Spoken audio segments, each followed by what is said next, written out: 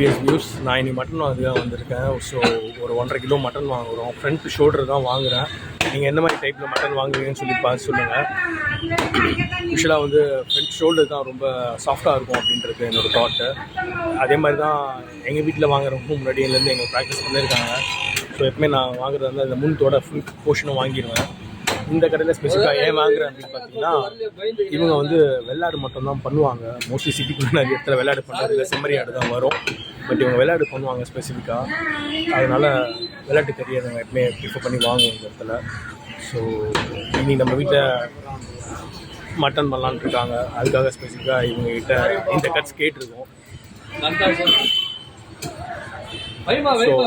இந்த மாதிரி தகவலுக்கு எங்கள் சேனலை சப்ஸ்கிரைப் பண்ணுங்கள், ஃபாலோ பண்ணுங்கள், ஷேர் பண்ணுங்கள், லைக் பண்ணுங்கள்.